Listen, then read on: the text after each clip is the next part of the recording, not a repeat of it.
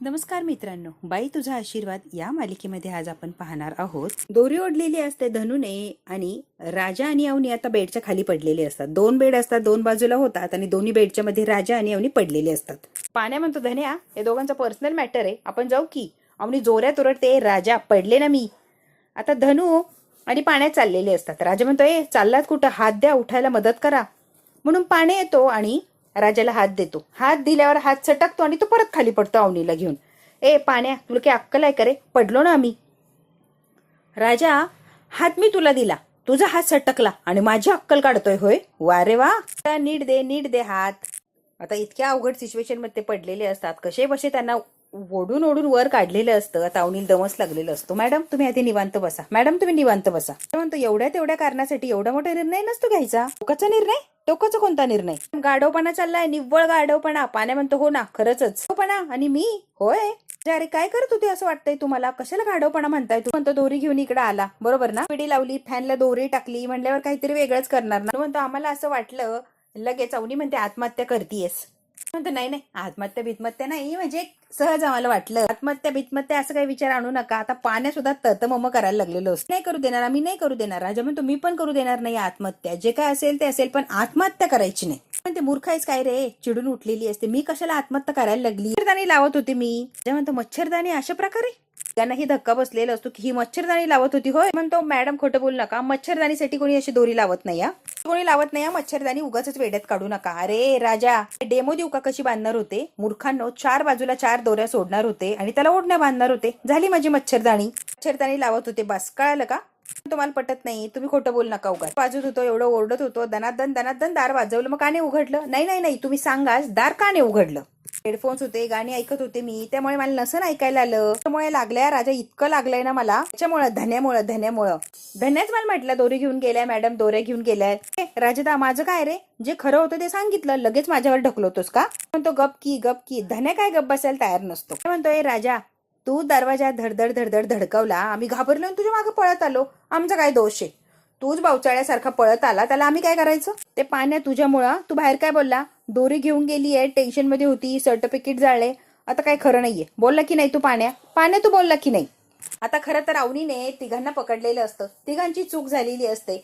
आता एकमेकांवर ढकलत असतात आणि कुणीच गुन्हेगार नाही असं दाखवण्याचा प्रयत्न करत असतात. खरं तर तिघे सुद्धा गुन्हेगार असतात अवनीचे. टेन्शन आहे, सर्टिफिकेटचा प्रॉब्लेम आहे, जीवाचं काहीतरी बरं वाईट करणार. तू बोलला की नाही पाण्या. अरे तुला अक्कल नाही का, सारखं तेच बोलतोय. आता राजा मुद्दाम पाण्यावर राग काढत असतो अवनीच्या समोर. म्हणतो, वहिनी टेन्शन नाही का, टेन्शन नाही म्हणून आत्महत्या करणार नाही का. म्हणून त्याला बोलून दाखवलं मी की वहिनीला टेन्शन आहे, वहिनी आत्महत्या करते वगैरे वगैरे. म्हणून त्यांना म्हणत असतो की शांत बसा, इतका गोंगाट सुरू झालेला असतो. अवनी म्हणते, अरे गब्बासा, जोरात अशी किंचाळलेली असते, एकदम शांत. गोंधळ लावलाय रे, गब्बासा की. सगळ्यात महत्वाचं, कडी पण तोडली आहे, तुला जरा अक्कल नाही का रे. एवढं काय, रिपेअर करून देतो की, ड्रिल मशीन एका मिनिटात जोडून देतो. खराब झालेल्या डोक्याचं काय करणार रे, त्याला घालू का ड्रिल मशीन पण डोक्यातच घाल रे राजा. म्हणते, आता बाहेर निघा. आणि आता जरा पुढे जातो आणि परत माघारी येतो. वहिनी सॉरी, खरंच सॉरी. तुम्हाला टेन्शन आलं जरा, मग आम्हाला पण टेन्शन आलं. तुम्हाला टेन्शन आलेलं बघून आम्हाला पण जरा टेन्शन आलं आणि मग ते म्हणून गैरसमज झाला. वहिनी खरंच सॉरी. बाबा जे झालंय ते झालंय, काहीच करणार नाहीये.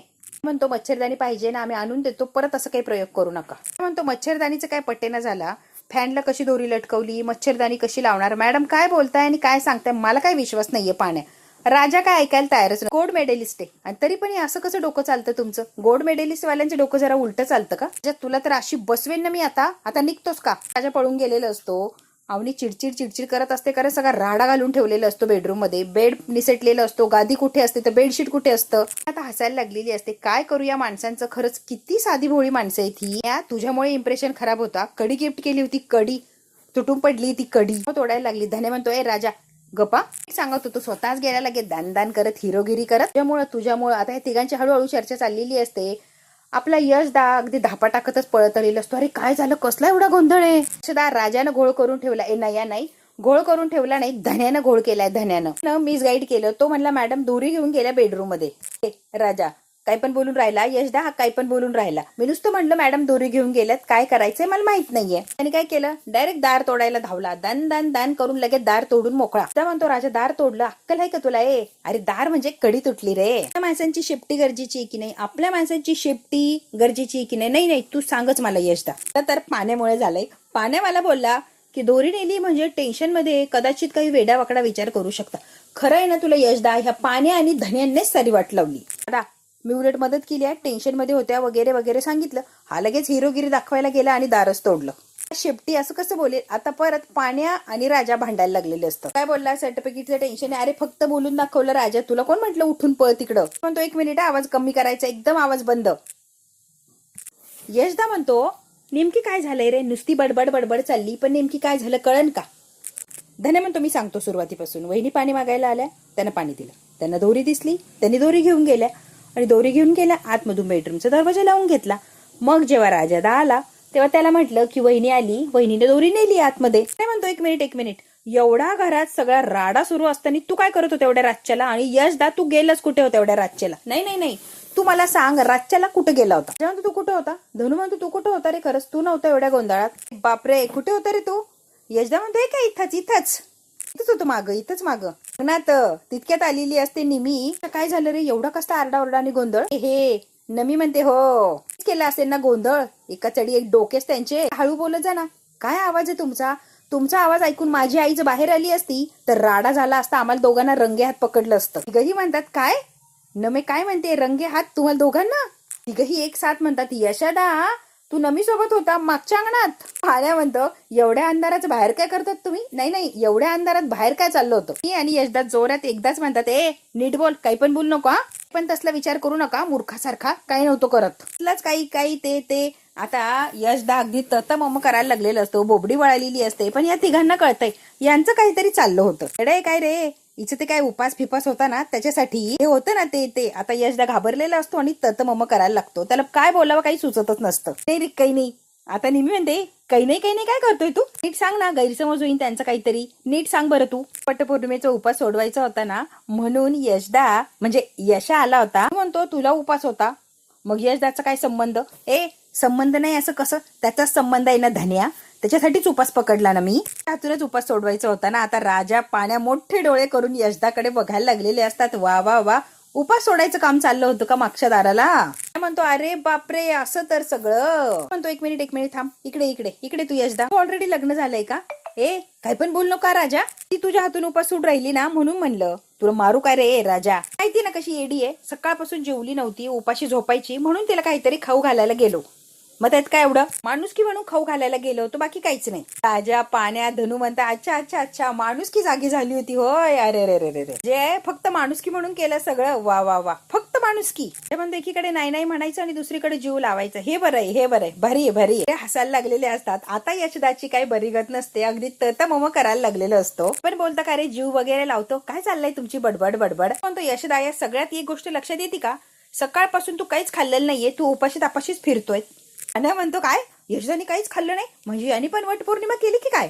तिघांनी परत लावलेली असती लांबण, उपाशी आहे सकाळपासून. नमी म्हणते होय ना, मी कसं उपाशी राहू देईल? जीव आणि नमी इतकी लाजते की लगेच पळून गेलेली असते. आता या तिघांना कळायला यशदा दाराच्या मागे घराच्या बाहेर इतक्या रात्री अंगणात काय करत होता. बापरे असं कार्यक्रम चालला होता होय. अरे वा वा वा वा. घाबरलेला असतो बिचारा, तिघांच्या तावडीत एकटा सापडलेला असतो. नमी तर पळून गेलेली असते. आता हे तिघं त्याच्यावर तुटून पडलेले असतात, प्रश्न विचारून त्याला वेड करत असतात. काय नाही यशदा, पाणी छपराच्या वर गेले, जो काही निर्णय तो घेऊन टाकी, कशाला गेला आजालाजी लपाछपी, काय लावलंय रे? तो अगदी बरोबर बोलते. नाही म्हणजे उशीर करण्यात अर्थ नाही ना, अगदी बरोबर बोललाय राजदा. म्हणतो यशदा तू निर्णय काय तो मोकळा करून घे, एकदाचा निर्णय घे तू. निर्णय घेऊन टाकला ना तू, माझा मार्ग मोकळा होऊन जाईल, मला अडचण राहणार नाही ना रे, तुझ्यामुळे उगाच मला अडचण होतीये. हे तिघे आता म्हणजे यशदा, राजा, पाण्या धन्याकडे बघायला लागलेले असतात का याचा काय मार्ग मोकळा होणार, याला काय अडचण आहे? म्हणतो तुझा मार्ग कसा मोकळा? हाय ना मध्ये पाण्या मार्ग मोकळा आहे भो, त्याच्याकडे रोज असते वटपौर्णिमा. तुम्हाला नाही माहिती तो रोज वटपौर्णिमा करतो? आज जेवलाय, पाण्या रोज जेवतो, फरक आहे. पायल आता लगेच पाण्या धनुचं तोंड दाबतो, गब्बसा धण्या, जर बोलला तर याद राख. पाण्याने धनुला पकडलेलं असतं आणि राजाने यशदाला पकडलेलं असतं. आता चाललेलं असतं मस्त जुगाड. प्रमाणे रोजच्या कामाला यशदा लवकर उठून लागलेलं असतो. स्वयंपाकाची तयारी सुरू झालेली असते. आता अवनी सुद्धा लवकर उठून तयार होऊन येते, तर यशदा काय स्वयंपाक बनवतच असतो. मस्त घोरत पडलेली असतात, निवांत झोपलेली असतात. आता बघते अवनी की हे झोपली आहेत, छान चाललंय. येते, ताट घेऊन येते आणि आता वाजवायला सुरुवात करते. आता हे उठतात की काय कुंभकर्ण, तिची फार मोठी परीक्षा असते. अवनी येते आणि जोर जोरात थाळी वाजवायला लागते. दान दान दान दान दान. पाण्या उठतो. वा वा, क्या बात आहे वहिनी, एक नंबर एक नंबर. राजा, क्या बात आहे. माझ्या उभ्या आयुष्यात अशी थाळी कुणी वाजवली नाही. काय थाळी वाजवली आहे, सॉलिड वहिनी, सॉलिड. तुमच्या थाळीचा आवाज ऐकून ना माझ्या पोटातला लावारस असा उसळून बाहेर आला बघा. राजा, वा वा वा, एक नंबर एक नंबर एक नंबर. म्हणजे आजपर्यंत कसं आहे ना वहिनी, मला अशा आवाजाने कधी जागच आली नाही, पण तुम्ही काय सॉलिड वाजवली आहे थाळी, एक नंबर. राजा, कसं आहे रे राजा? राजा म्हणतो हो हो हो, एक नंबर एक नंबर, भारी वाजवली, भारी वाजवली. म्हणतो थाळी ऐकून काय झालं, आ असं झालं ना. राजा म्हणतो एकदम एकदम, लय म्हणजे लय भारी वाटलं, टकाटक. सगळ्यांचे नाटकं बघत असते, सगळ्यांचेच नाटकं बघत असते. कसं वाटतं माहिती का मॅडम, तुमच्याकडून एक थोडीशी चूक, थोडीशी मिस्टेक झाली तुमच्याकडून. जे नाटकं सगळे बघत असते ती काहीच बोलत नाही, यांना आधी बोलू देते. फर्म करतो आज कोण वारे. एक मिनिट एक मिनिट, मिस्टेकच झाली तुमची. आज काही शुक्रवार नाहीये, काही दिवस बाकी आहे शुक्रवारी यायला. तुम्ही मध्येच आल्या लगेच थाळी वाजवत. हे काय, कशाला वाजवली, का उठवलं? धन्या बिचारा गप्प बसलेला असतो. म्हणतो बरोबर आहे, तुमची मिस्टेक झाली. मिस्टेक धन्या, अरे मिस्टेक झाली ना, होते कधी कधी मिस्टेक, जाऊ दे जाऊ दे, काही नाही एवढं मिस्टेक बिस्टेक. झोपतो, पुन्हा अशा चुका करू नका वहिनी. आता ही तिघं निर्लज्ज परत झोपायला लागलेली असतात. अवनी यांचं बघतच असते काय चाललंय. अवनी ऐकून घेत असते, परत वाजायला लागते आणि परत त्यांना उठून देते. ही थाळी रोज वाजणार आणि रोजच लवकर उठायचं, कळतंय का? रोज लवकर उठायचं म्हणजे उठायचं. ते म्हणतो का का काय का यशोदा लवकर रोज उठतो, रोज बिचारा सगळं करतो आणि तुम्ही मस्तपैकी आरामात झोपलेले असतात. त्याला मदत नाही करता येत का? एवढे मोठे घोडे झालात तरी उशिरापर्यंत झोपता, जराही लाज वाटत नाही का? उद्यापासून सगळ्यांनी लवकर उठायचं आणि यशदाला प्रत्येक कामात मदत करायची. आज नाही वाटत का? चला उठा, पटकन पटकन उठा. म्हणतो उठलो उठलो. यशदा आता हसत असतो की अवनीने चांगली त्यांची हाऊस केली आहे, यांना उठवलेलं असतं. आता म्हणतो वहिनी बरोबर आहे बरोबर आहे, एवढे मोठे घोडे झाले दोघं, यशदाचं अजिबात ऐकत नाही. ऐकायला पाहिजे नाही यशदाचं त्यांनी, पण अजिबात ऐकत नाही वहिनी. तुम्हाला काय सांगू, जा तिकडं यशदाला जाऊन मदत करा. जाय घोड्यांनो, त्याला मदत करा. निघा निघा, वहिनी बरोबर सांगताय. अरे निघा, झोपलेलं चालतं ना, तर लहान झोपणार, तुम्ही निघा. आहेस का तू? धन्या झोपायला लागलेलं असतो. लहान आहेस का तू? कोणत्या अँगलने लहान आहेस रे? उठ पटकन, बिछाना उचलायचं आणि पटपट कामं करायची. पाण्या आणि राजा म्हणतात धन्या उठ. वहिनीचं ऐकत नाही, लाज नाही वाटत? उठ उठ उठ. बिचाराला जबरदस्तीने उठवलेलं असतं. हे उठलेत म्हणून त्याला सुद्धा उठवलेलं असतं. यशदा आलेला असतो, कशाला उठवलं? मी उठवलं असतं यांना. उठवलं की अशी भिथरल्यासारखी करतात. ते काम करत नाही, त्याच्यापेक्षा झोपलेले बरे. त्या म्हणतो झोपा झोपा, काही काम तर करणार नाहीये, त्यापेक्षा झोपीन जा. अवनी म्हणते नाही, असं कसं झोपू द्यायचं नाही म्हणजे नाही. चला उठा आणि कामाला लागा. भर मोबाईल बघत बसतात उशिरापर्यंत, मग काही जाग येत नाही ना. 5 मिनिटं 2 तास घोरत पडता आणि उशिरा उठायचं आहे की नाही. आता चालणार नाहीये, उद्यापासून लवकर म्हणजे लवकरच उठायचं. घर म्हणलं की डिसिप्लिन नावाची एक गोष्ट असते आणि ती सगळ्यांनीच फॉलो केली पाहिजे. नियम सगळ्यांनाच लागू असतात. यशदा म्हणतो असते ना, बरोबर आहे तुमचं. माझ्या घरी तर 4-4 वाजता उठून अभ्यासाला बसायचे मी. Discipline is a discipline. Yashada यांच्यापेक्षा आम्ही बरे ना, या दुपारी 4 वाजेपर्यंत झोपून राहता, आम्ही तरी सकाळी उठतो. त्या म्हणतो चल हो तिकडं, पार्टी 4ची गोष्ट करून राहिल्या, दुपारची नाही. यशदा रागाने बघत असतो धन्याकडे. धन्या म्हणतो कसं आहे ना, अरे बापरे, खरंच मिस्टेकच झाली.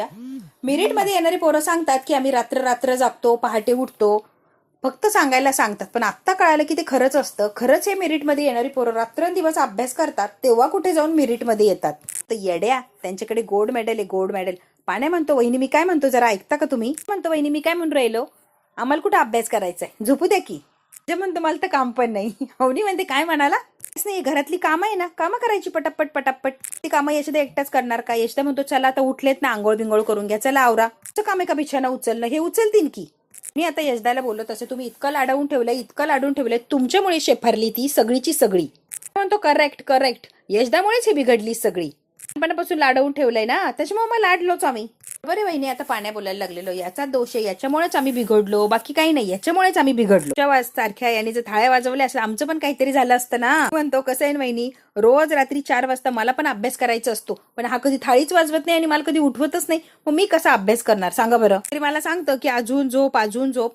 आत्ता कळत दुसरं तिसरं कोण नाही, तो यशदा आहे. अरे रे रे रे रे रे, म्हणजे यशदाने इतके दिवस मला झोपी घातलंय. ते झालं सगळ्यांचं.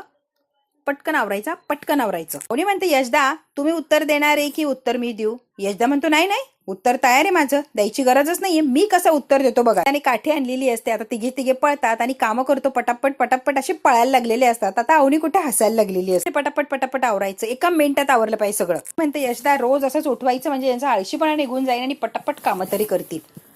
यशदा म्हणतो हो ना मॅडम, आपण असंच करूया. त्या म्हणतो आता कळलंय घरात एक बाई असणं का गरजेचं आहे, बाई असणं फारच गरजेचं आहे. अवनी म्हटलेली असते चला माझं उरलेलं काम मी करून येते, म्हणून अवनी निघून गेलेली असते. यशदा म्हणतो यांच्या रूपानं घरात बाईचा आशीर्वाद तर लागलाय, पण बाईचा आशीर्वाद कायमस्वरूपी थोडी राहणार आहे. हे काय थोडे दिवस राहणार, थोड्या वेळ आणि नंतर निघून जाणार.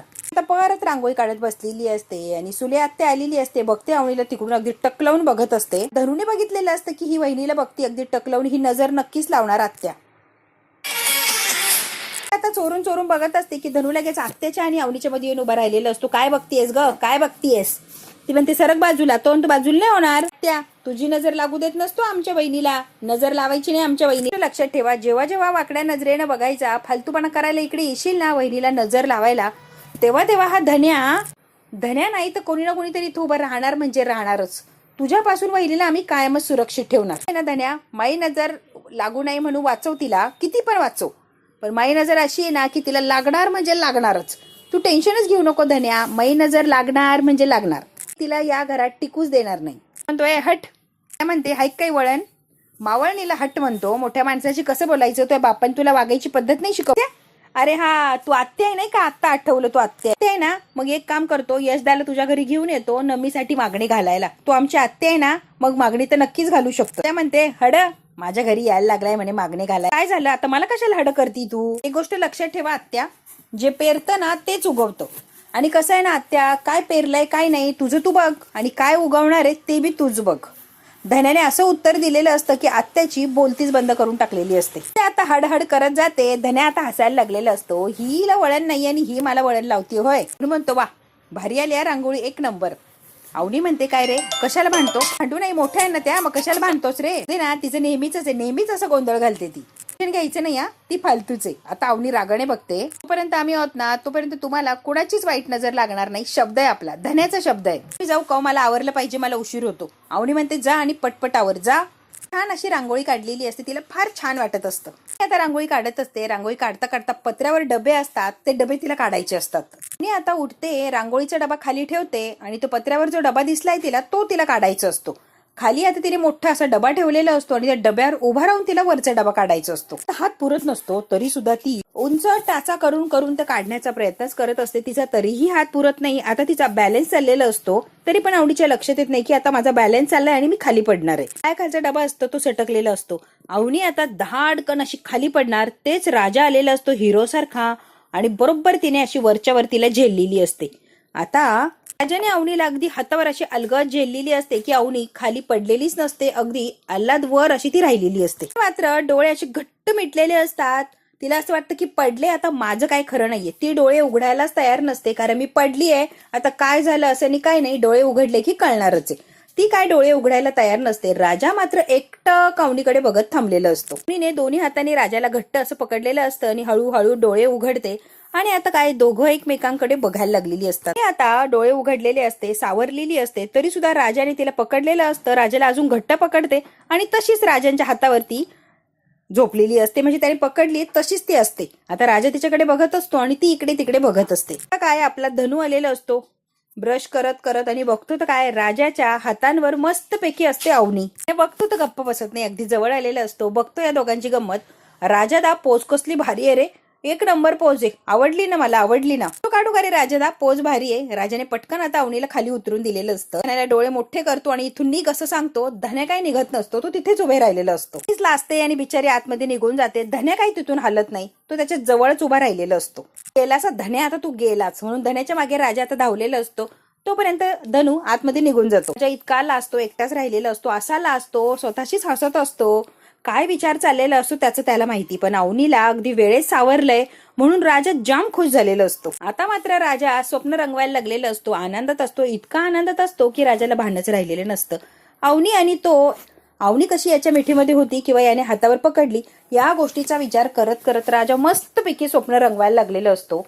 मित्रांनो, राजा स्वप्न रंगवतोय, किती रंगवतो आणि काय, हा भाग तर इथेच संपतोय. किती स्वप्न रंगवून झाले हे कळणारे पुढच्या भागात. पुढच्या भागात काय होणार अगदी थोडक्यात बघायचं. राजा आता स्वप्न रंगवत बाहेरच उभा राहिलेला असतो. तेवढ्यात काय रेनकोट घालून एक माणूस गाडीवरनं येतो आणि राजाला आवाज देतो. राजा पटकन त्याच्या जवळ जातो आणि काय म्हणून विचारतो. तो म्हणतो तुमच्यासाठी खूप खूप छान असं पार्सल आलंय. राजा म्हणतो अहो काय आहे साहेब सांगा तरी. तो साहेब म्हणतो अहो पार्सल आहे म्हणल्यावर पार्सल असणार ना. राजा म्हणतो सांगता का तुमचं मॅरेज सर्टिफिकेट आहे ओरिजिनल आणि त्यामध्ये तुमच्या लग्नाचा फोटो आहे तो छान असा फ्रेम करून दिलाय.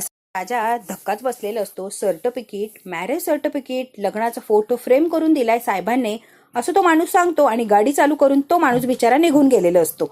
खरं तर राजाला नुसतं ऐकल्याच घाम फुटलेलं असतो की आता करायचं काय. तो गुपचूप ते सगळं काय आहे पार्सल वगैरे आलेलं ते लपून ठेवायला चाललेलं असतो म्हणजे तो पळतच असतो. तेवढ्यात काय समोरून अवनी येते आणि अवनी त्याला धडकते. काय रे राजा याच्यात. राजा म्हणतो कुठे काय काहीच नाहीये. राजा काय आहे मला दाखव. अवनी आता जबरदस्तीने त्याला म्हणते की दाखव. तो म्हणतो काय नाहीये मी तुम्हाला काय दाखवू. अवनी त्याच्या हातातली पिशवी घेते. त्यामध्ये असतं मॅरेज सर्टिफिकेट आणि लग्न झालेला फोटो असा मस्त फ्रेम करून दिलेला. आता अवनी जेव्हा ते उघडून बघेल अवनीने ते सर्टिफिकेट वगैरे वाचायला सुरुवात केलेली असते. राजाला असा घाम फुटलेला असतो. काय करावं आणि काय नाही राजाला काहीच सुचत नसतं. मित्रांनो आता अवनीला जेव्हा खरं कळेल की ते मॅरेज सर्टिफिकेट लग्न सगळं काही खरं आहे त्यातलं एकही गोष्ट खोटी नाहीये तेव्हा अवनीच्या पायाखालची जमीन सरकणार. मग राजाची काय अवस्था होणार हे बघायचंय का. ते बघायला लागणार आहे पुढच्या भागात. हा भाग इथेच संपतो. व्हिडिओला लाईक शेअर सबस्क्राईब नक्की करा.